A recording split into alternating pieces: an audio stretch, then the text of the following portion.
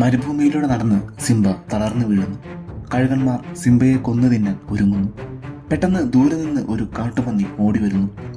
അത് ടിമോണും പുംബയുമായിരുന്നു. സിംബ തന്റെ കഥ അവരോട് പറയുന്നു. ടിമോണും പുംബയും സിംബയെ അവരുടെ നാട്ടിലേക്ക് കൊണ്ടുപോകുന്നു. സിംബ അവരുടെ കൂടെ വളരുന്നു. മുഫാസ ഭരിച്ചിരുന്ന വന്യമായ ചതുപ്പ് ഇപ്പോൾ മരുഭൂമിയായിരിക്കുന്നു. സ്കാറിന്റെ ദുർഭരണത്താൽ ആ നാട് നശിച്ചിരിക്കുന്നു. നല അന്ന് രാത്രി സ്കാറിന്റെ കണ്ണു വെട്ടിച്ച് അവിടുന്ന് രക്ഷപ്പെടുന്നു. സിംബ ഇതൊന്നും അറിയാതെ കൂട്ടുകാരോടൊത്ത് സന്തോഷത്തോടെ കളിച്ച് രസിക്കുകയായിരുന്നു. ഒരിക്കൽ പുംബയെ ഒരു സിംഹം ഓടിക്കുന്നു. സിംബ അതിനെ തടയുന്നു. ആക്രമണത്തിനിടയ്ക്ക് സിംബയ്ക്ക് അത് നലയാണെന്ന് മനസ്സിലാകുന്നു. നലയോട് തൻ്റെ കൂടെ ഇവിടെ ജീവിക്കാൻ സിംബ പറയുന്നു. പക്ഷേ നല പറയുന്നു, നിന്റെ സ്ഥാനം കൈയടക്കി വെച്ചിരിക്കുന്ന സ്കാറിന്റെ ദുർഭരണം നീ അവസാനിപ്പിക്കണമെന്ന്, ആ നാടിനെ രക്ഷിക്കണമെന്ന്. സിംബയ്ക്ക് പക്ഷേ അതിനൊന്നും താല്പര്യമില്ലായിരുന്നു.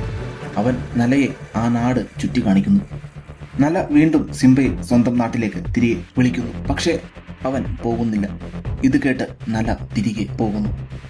അന്ന് രാത്രി കാട്ടിലൂടെ നടക്കുമ്പോൾ സിംബ കുരങ്ങമൂപ്പനെ കാണുന്നു. മൂപ്പൻ സിംബയെ ഒരു നദിക്കരയിലേക്ക് കൊണ്ടുപോകുന്നു.